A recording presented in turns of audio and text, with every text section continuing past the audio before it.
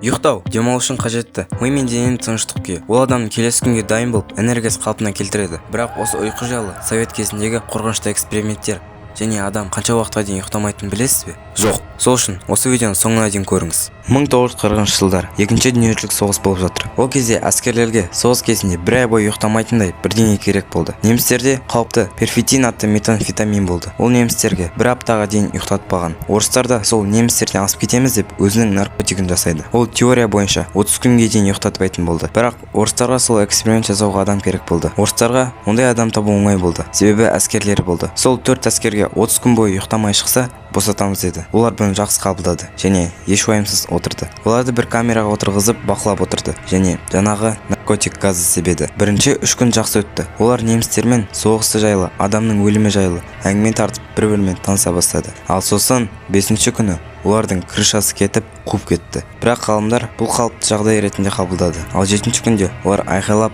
бас тимей, сол жер шулатып жіберді. Бірақ ғалымдар бәрін білді және адамның 7 күн бойы ұйықтамаған соң галлюцинация болып, олар шын секілді көрінетін болып кетеді. Сосын біраздан соң олардың мүлдем дауыс шықпай қалады, ал камерадан мүлдем көрінбейді. Дәрігерлер оларды өліп қалған болар деп ойлады. Бірақ аппарат 5 адам тыныс алып жатқанын көрсетті. Сосын микрофон арқылы дәрігер оларға: "Тыныш отырыңдар, біз сендерді тексереміз. Кім бізді тыңдаса, соны босатамыз" дейді. Ал олар: "Бізге бостандық керек емес, бізге газ керек" дейді. 15-ші күні ғалымдар тексеруге келеді және оны көргенде ол жер өте қорқынышты бейне болды.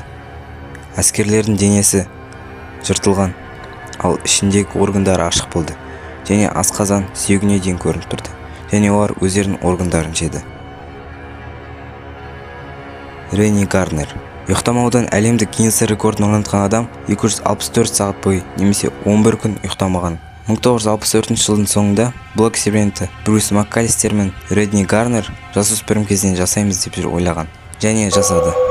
Ол екеуі тиын лақтырып экспериментті кімге жасайтынын шешті және Ренни Гарнерға түсті. Және эксперимент соңында ол 14 сағат бойы ұйықтады. Бірақ одан кейін басқа адамдар да оның рекордын қоямын деп тырысқан. Бірақ жағдай жақсы бітпеді. Сіз қанша уақыт ұйықтамай жүрдіңіз? Комментке жазып кетіңіз.